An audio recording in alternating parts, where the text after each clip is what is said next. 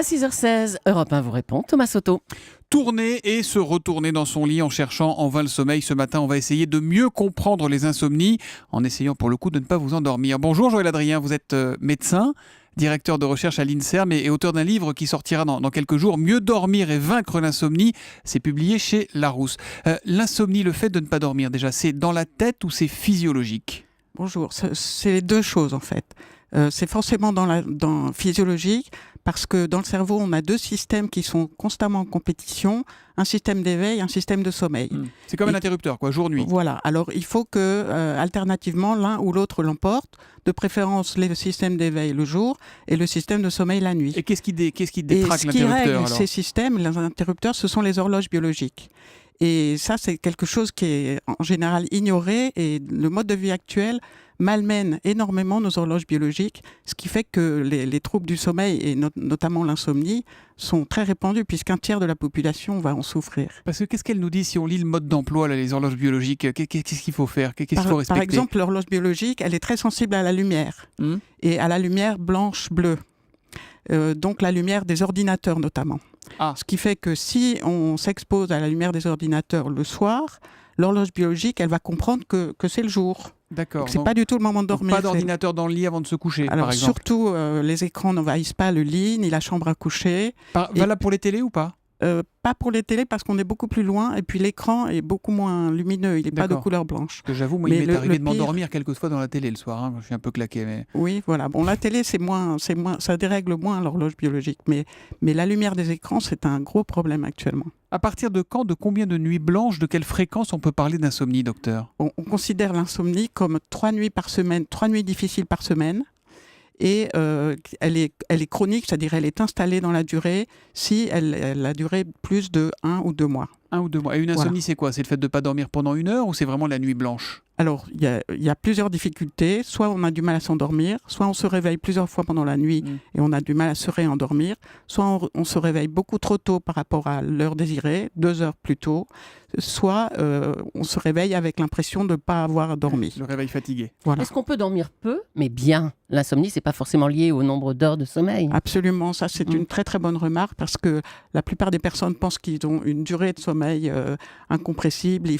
Ils disent il me faut mes 8 heures, il me faut mes 9 heures de sommeil. C'est dans la tête, ça ? En fait, c'est pour la plupart des gens, c'est dans la tête. En fait, c'est la qualité du sommeil qui compte et la durée dont on a besoin, la durée de sommeil, le nombre d'heures, c'est très différent d'une personne à l'autre. Il y a des gens qui peuvent vraiment dormir 4 heures par nuit, être parfaitement en forme, ne pas avoir de conséquences sur leur santé ? Oui, alors ça s'appelle les courts dormeurs. En fait, il y a 10% des personnes qui ont besoin de moins de 6 heures de sommeil. Et le record actuel est détenu par un Australien qui dort 3 heures 3 quarts. 3 heures 3 quarts. Et ça lui suffit. Oui. Il a de la chance. Voilà. On a un tweet d'Anne Sofa 2010 avec le hashtag un matin qui vous demande pourquoi certains ont le sommeil léger réveillé au moindre bruit. C'est vrai qu'il y a ceux qui dorment comme des plombs et puis il y a ceux qui, hop, il y a un oiseau qui passe et c'est fini. Voilà, quoi. ça s'appelle le sommeil fragile, oui.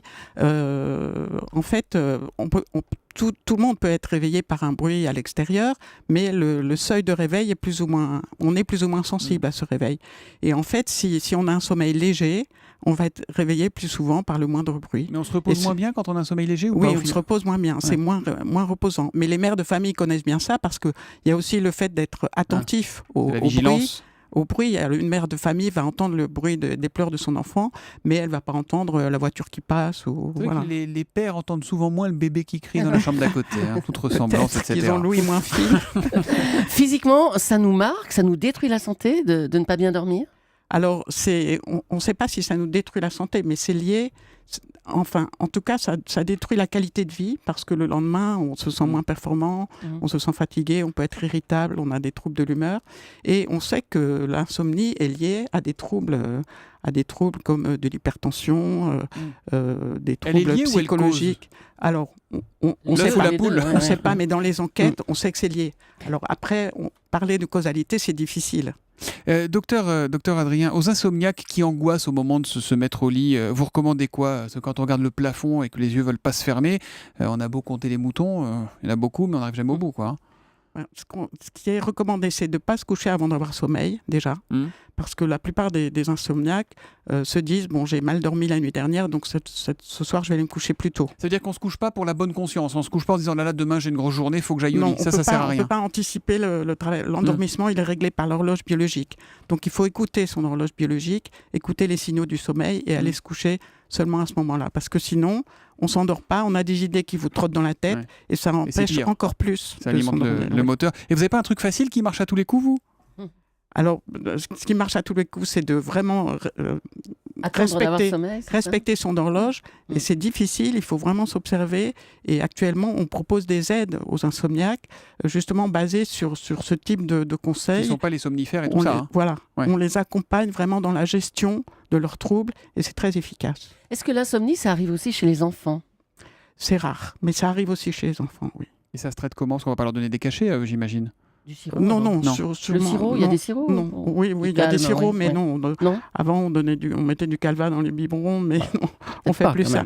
Non, les enfants, c'est plus une approche comportementale ou une approche psychologique. On essaye de voir quel problème ça reflète, parce que l'insomnie chez l'enfant, c'est très rare. Ça peut refléter un problème que l'enfant a à l'école. On a un message de Nicolas sur europe1.fr qui nous dit « Est-ce qu'avoir son téléphone à côté de soi fragilise le sommeil parce qu'on ne se relâche pas complètement ?» Ça ne veut pas dire le regarder, mais savoir qu'il est là. Oui, c'est tout à fait. C'est ce qu'on appelle l'effet d'être de garde. Si on a son téléphone près de soi et qu'on sait qu'il peut sonner, ça allège considérablement le sommeil. Donc, il faut tout couper. Ça ne procure pas un sommeil récupérateur. Il y a 40%, l'Institut du sommeil et de la vigilance a fait une enquête cette année sur le nombre de personnes qui avaient leur téléphone près de la nuit et en fonctionnement. Et il y a à peu près 40% des personnes qui fonctionnent comme ça. Donc, en fait, ça, c'est très, très mauvais pour le sommeil. Et le fait de dormir en 2 fois, petite nuit et petite sieste, est-ce que c'est efficace ? C'est une question de matinalière, ça. Oui.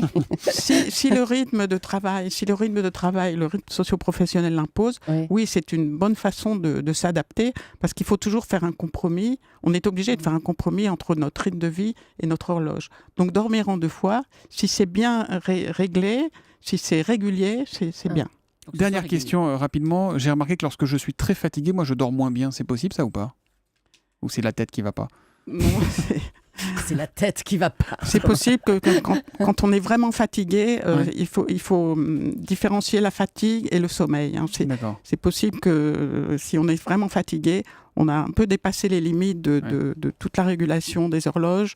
Et donc, on a du mal à dormir. Bon, je vous laisse, je rentre dormir. Merci, docteur Adrien, d'être venu ce matin sur Europe 1. Je renvoie nos auditeurs à votre livre qui sortira le 2 juin, Mieux dormir et vaincre l'insomnie chez Larousse. Il est déjà disponible sur Internet. Et au Nouvel Obs qui propose cette semaine un gros dossier sur le sujet. Merci et bonne journée à vous. Merci.